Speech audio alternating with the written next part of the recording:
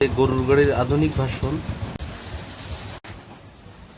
এটা হচ্ছে কলের নাঙ্গল দিয়ে টানা হয়। আগে যে গরুর গাড়ি গরু দিয়ে টানা হচ্ছে, কিন্তু যুগের সাথে তাল মিলিয়ে সে গরু হারিয়ে গেছে। এখন সেটা হচ্ছে কলের নাঙ্গল দিয়ে সেই গরুর গাড়ি টানা হচ্ছে, এবং একজন কৃষক এটি তৈরি আবিষ্কার করেছেন। দেখেন, এই গরুর গাড়িতে করে ধান বহন করা হচ্ছে।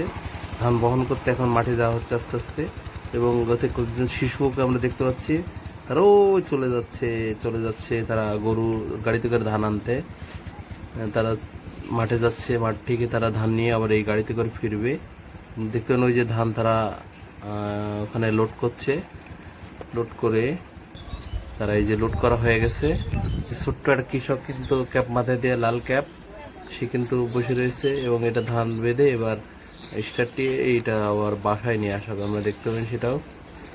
দেখেন কি পরিমাণে ধান সাজানো হয়েছে। একটা ভ্যানেও কিন্তু এতটা ধান নেওয়া যায় না একবারে। গরুর গাড়িতে করে অনেক ধান কিন্তু একবারে নিয়ে যাওয়া হয়েছে, নেওয়া হচ্ছে এবার। এবং এই গাড়িতে কিন্তু লোহার চাকা দেখতাম, এখন কিন্তু টায়ার চাকা লাগানো হয়েছে, দেখতে পাচ্ছেন। স্টার্টে হয়েছে সেই গরুর গাড়ির আধুনিক